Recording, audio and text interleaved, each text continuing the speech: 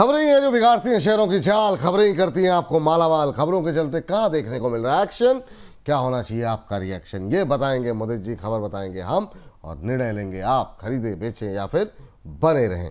तो एक एक करके तमाम कंपनियों के जो शेयर हैं उनको लेकर के आते हैं और उन खबरों को लेकर के आते हैं। स्क्रीन पर आज की पहली कंपनी जहाँ पे खबर के चलते एक्शन देखने को मिल रहा है वो लेके आते हैं। चलिए, BHEL के नतीजे आ गए हैं। कंपनी का मुनाफा बढ़ा है और ये 135 करोड़ से बढ़कर के 390 करोड़ रुपए रहा है। YOY फिगर के आंकड़े निकल के आए हैं। कंपनी की आय 7,270 से बढ़कर के 8,473 करोड़ के आसपास पहुंची है। वहीं जो अन्य आय है वो डबल हो गई है। ये शायद ये वजह है कि जिसकी वजह से नतीजों के बाद भी शेयर में वो रैली देखने को नहीं मिल रही है। एबिटा में इम्प्रूवमेंट ज़रूर है, लेकिन पैट में जो हम इम्प्रूवमेंट देख रहे हैं वो जो है अदर इनकम की वजह से देखने को मिल रहा है। हालांकि मार्जिन्स इंप्रूव हुए हैं, 4.2% के मुकाबले 6.4 हो गया है। सर, बीच में जो है हमने देखा काफ़ी ज़्यादा प्रेशर आते हुए 300 के आसपास से ये जो नीचे जा रहा है, आपकी टिप्पणी क्या रहेगी BHEL को लेकर के? अभी क्या करना चाहिए? क्या करंट लेवल पे कोई बाइंग अपॉर्चुनिटी है क्या?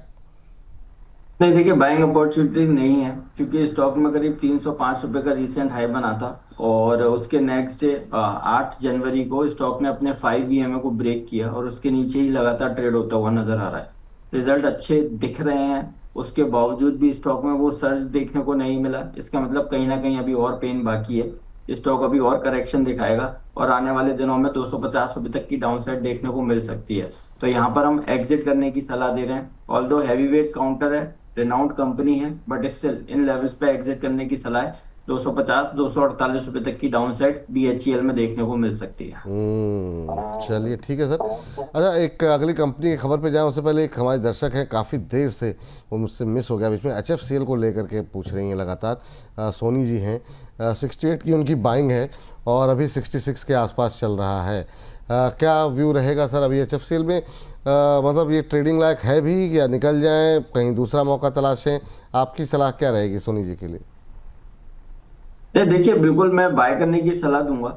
और स्टॉक में अभी रिसेंटली 62 रुपए का लो बनाया, वहां से 2 दिन में 3 दिन में अच्छा बाउंस बैक आया है। आज के सेशन में थोड़ा सा हर्डल बनाए 68 के आसपास, क्योंकि डेली सुपर ट्रेंड 68 पर निकल कर आ रहा है। बट स्टिल जिस तरह के मार्केट सिनेरियो बने हुए हैं उसके बावजूद वॉल्यूम के साथ स्टॉक में बाइंग देखने को मिल रही है। तो करीब ये 66 रुपए पर अभी यहाँ पर ट्रेड हो रहा है, तो बिल्कुल यहाँ पर बाय करने की सलाह दे रहे हैं। अब बाउंस बैक आता है तो स्टॉक में 72 रुपए तक के अपसाइड मूव देखने को मिल सकते हैं। तो HFCL यहाँ पे खरीदारी का मौका है, बाय करने की सलाह है। स्टॉप लॉस रहेगा 63 का।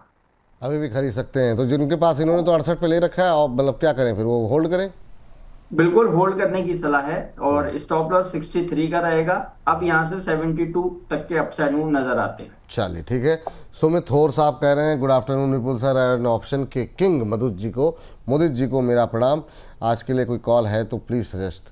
तो सर वो वेट कर रहे हैं, अगर कुछ होगा तो बताइएगा ताकि उनकी मतलब जो है जो आकांक्षाएं हैं वो पूरी होती हुई दिखाई दें। चलिए आगे बढ़ते हैं, अगली कंपनी ज़रा स्क्रीन पर लेकर के आ जाइए और वहाँ पर क्या खबर है ये भी ज़रा हम अपने दर्शकों को बता दें। वेदांता सब्सिडरी एसएल स्टील से 1255.37 करोड़ की बड़ी राशि की डिमांड यहाँ पर की गई है। जो उत्पादन की कमी को लेकर के उड़ीसा सरकार ने वहाँ से कंपनी से ये डिमांड की है।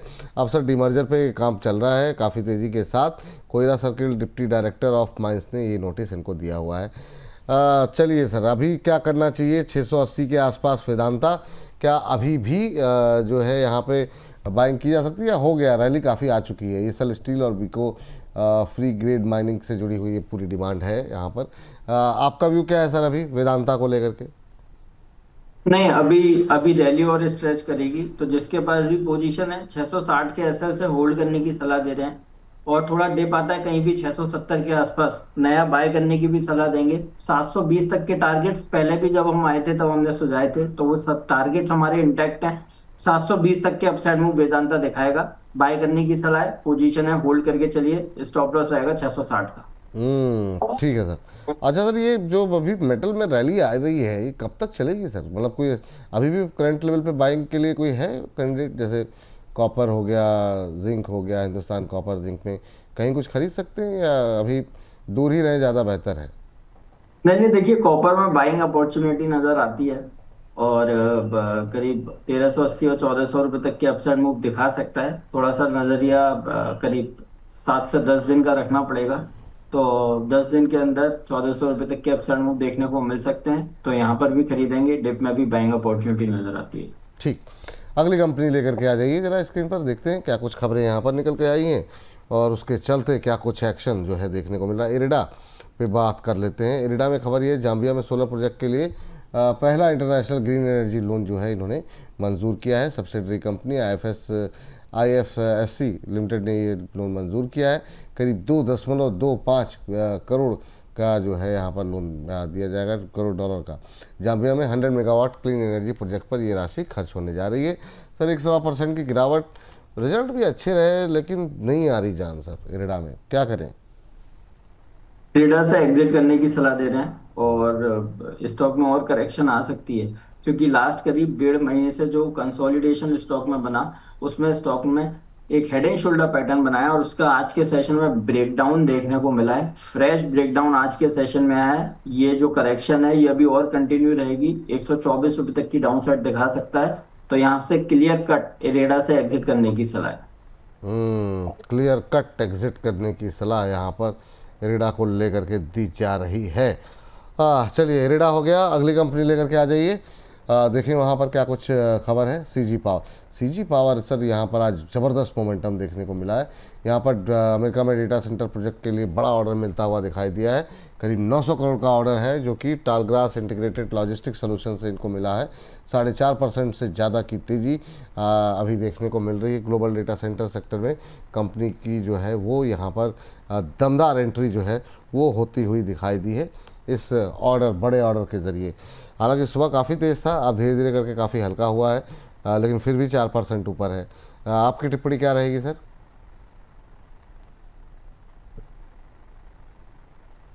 मुझे जी आवाज़ आ रही है ये आपको? सीजी पावर में आज अच्छा बाउंस बैक आया है, और मेन अच्छी चीज पता है क्या देखने को मिल रही है, लगातार स्टॉक में जो करेक्शन था, वो करेक्शन का घर आज के सेशन में रुका है, और वहां से कुछ बाइंग देखने को मिली है। तो अब आगे क्या होगा ये तो नहीं कह सकते, बट इतना जरूर है जो रिसेंट जो फ्राइडे के सेशन में लो बना था, वो लो दोबारा कटना नहीं चाहिए। जब तक वो लो होल्ड करता है, इंटैक्ट करता है, तब तक जो भी पोजीशन आप लोगों के पास है डेफिनेटली यहाँ पे होल्ड करने की सलाह दे रहे हैं।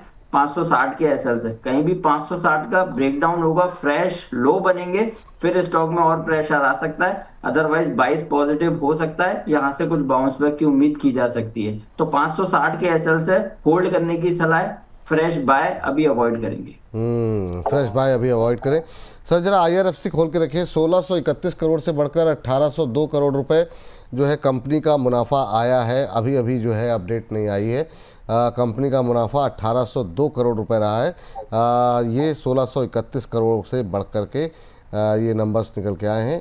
करीब करीब 1.25% की गिरावट अभी भी देखने को मिल रही है। हालांकि एक बार अगर हम चाहें तो गूगल फाइनेंस के भी चार्ट जो है इसमें दिखा सकते हैं, क्योंकि थोड़ी सी रिकवरी लोअर लेवल से है ना, कोई ख़ास नहीं है। 121 के आसपास अभी ट्रेड करता हुआ, तो अभी तुरंत जो है यहाँ पर रिजल्ट जो है आते हुए दिखाई दिए हैं IRFC के, तो उस पर आपको जो है यहाँ पर निगाहें रखनी चाहिए। 1.25% की गिरावट देखने को मिली। सर क्या व्यू रहेगा? आय जो है घटी, आय घट गई है। 6763 से घट करके 6661 रही है, तो आय में आई है गिरावट। ये थोड़ा सा यहाँ पर दिक्कत बढ़ सकती है। सर IRFC आपका व्यू क्या रहेगा? सर बाय करने की सलाह है, और जो पोजीशन है होल्ड करके चलिए 117 रुपए के स्टॉप लॉस के साथ। देखिए जो सारी चीजें हैं ये सारी चीज डिस्काउंटेड है, और स्टॉक में तेजी बननी चाहिए। हम स्टॉक में तेजी एक्सपेक्ट कर रहे हैं। 130 132 रुपए तक के अपसाइड मूव ये काउंटर दिखा सकता है, तो यहाँ पर 121 रुपए के आसपास बाय करने की सलाह है। 132 के टारगेट के लिए स्टॉप लॉस रहेगा 117 का। 132 के टारगेट के लिए यहाँ पे करंट लेवल पे खरीदारी कर सकते हैं रिजल्ट के बाद। तो नज़रें रखिए IRFC को लेकर के। ये फ़िलहाल के लिए अपडेट आप लोगों के लिए आती हुई अभी अभी तुरंत आए हैं यहाँ पर IRFC के रिजल्ट। तो लोअर लेवल से रिकवरी आती हुई दिखाई दे रही है। चलिए तो IRFC पे रखेंगे निगाह। इसके अलावा ज़रा अगली कंपनी स्क्रीन पर लेकर के आ जाइए, वहाँ पर देखते हैं क्या कुछ एक्शन देखने को मिल रहा है और वहाँ पर क्या गतिविधि देखने को मिल रही है। इंडिगो जो है आज तेज़ी दिखा रहा है। दरअसल डीजीसीए ने एयरलाइन पर करीब 22 करोड़ की पेनल्टी लगाई थी और आपको बता दें कि डीजीसीए के पक्ष में 50 करोड़ की बैंक गारंटी जमा करने के निर्देश है। तेज़ी क्यों आई है?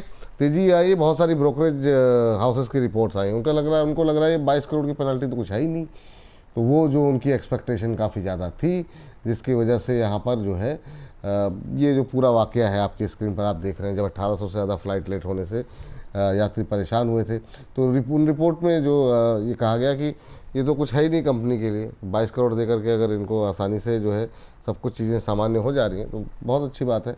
वो एक पॉजिटिव खबर निकल के आई इंडिगो के पक्ष में और काफ़ी अच्छी शानदार रैली देखने को मिल रही है। इंडिगो के चार्ट्स क्या कह रहे हैं सर?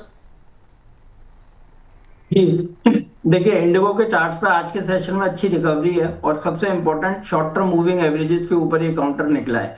22 पॉजिटिव बने हुए हैं। प्रीवियस स्विंग लो जो बने थे, डबल बॉटम पैटर्न कंप्लीट होने के बाद बाइंग आई है। ये न्यूज अगर बिल्कुल उसका यही इम्पैक्ट रहता है तो मैं ये बोल सकता हूँ ये 5200 रुपए तक के अपसाइड मूव ये काउंटर दिखा सकता है। अब यहाँ पर शॉर्ट पोजीशन बनाने की सलाह नहीं है इंडिगो में। जिसके पास भी शॉर्ट पोजीशन है एग्जिट करके चल सकते हैं, क्योंकि चार्टिकली अब यहाँ से स्टॉक में रिवर्सल आ सकता है। 5200 तक के अपसाइड मूव देखने को मिल सकते हैं।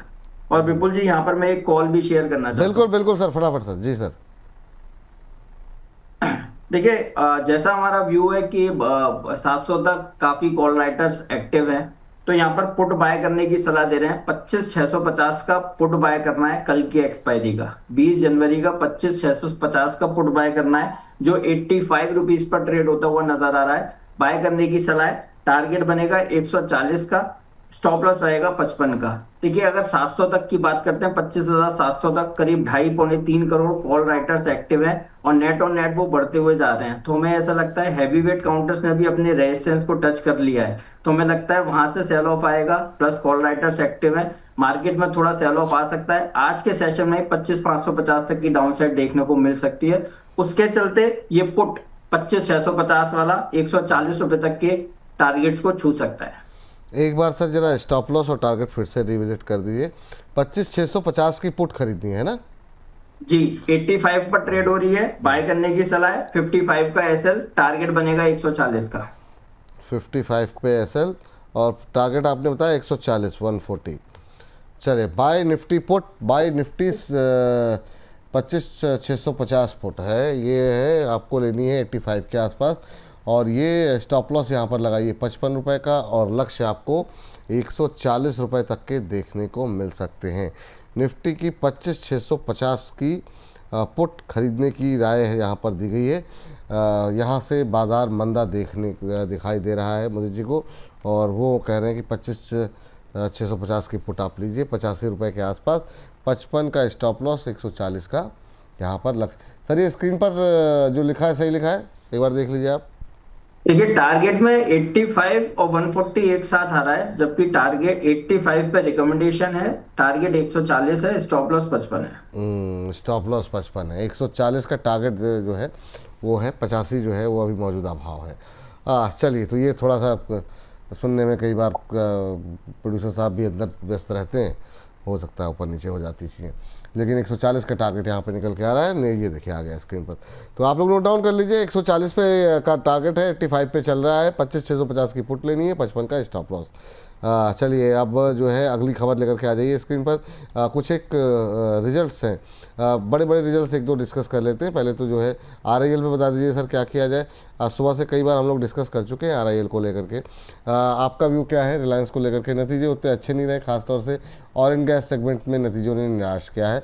ये ओवरऑल पिक्चर है, 1% कंपनी का मुनाफा बढ़ा है, रेवेन्यू में 10% की ग्रोथ। EBITDA हम देख रहे हैं कि 43,779 से बढ़ करके 46,18 हो गया है। मार्जिन्स थोड़े से घटते हुए दिखाई दिए हैं, लेकिन ज़रा खास तौर से ऑयल एंड गैस सेगमेंट पे क्या हुआ है वो भी एक बार दिखा दीजिए। वो थोड़ा सा प्रेशर वाली बात है रिलायंस इंडस्ट्रीज़ के लिए। आपकी टिप्पणी क्या रहेगी सर? ये देखिए आ गया, रेवेन्यू जो है वो बढ़ा है, क्वार्टरली EBITDA जो है वो बढ़ता हुआ दिखाई दिया है। ये O2C सेगमेंट की रेवेन्यू है। और ये अगर ऑयल एंड गैस सेगमेंट की बात करें तो यहाँ पर हम देख रहे हैं कि प्रेशर आता हुआ दिखाई दे रहा है। 8.4% रेवेन्यू घटा है, EBITDA करीब 12.5 पौने 13%। सर आपकी राय RIL पे? देखिए, मैं वीकली चार्ट्स को देख रहा हूँ तो इसमें एक ही चीज नजर आ रही है। 1360 से लेके 1410 का जो जोन था, अगस्त से लेके 1 अगस्त से लेके अक्टूबर लास्ट तक इसी जोन में ये काउंटर ट्रेड हुआ था। जब उसका ब्रेकआउट हुआ तो फिर 1600 तक के अपसाइड मूव बने। अभी ये उसी जोन में ये काउंटर एंटर हो चुका है, तो बोल सकते हैं कि गिरते समय जो पहले बढ़ते समय जो रेजिस्टेंस था, तो वो गिरते समय सपोर्ट का काम करेगा। तो हमें ऐसा लगता है बहुत ज्यादा करेक्शन अब यहाँ से स्टॉक में आनी नहीं चाहिए। 1380 1370 रुपए मेजर मेजर सपोर्ट हो सकता है। तो अगर कोई रिस्क लेके थोड़ा सा पैसा मार्केट में डालना चाहता है तो रिलायंस जैसे काउंटर इस लेवल पे डेफिनेटली बाय करने की सलाह है।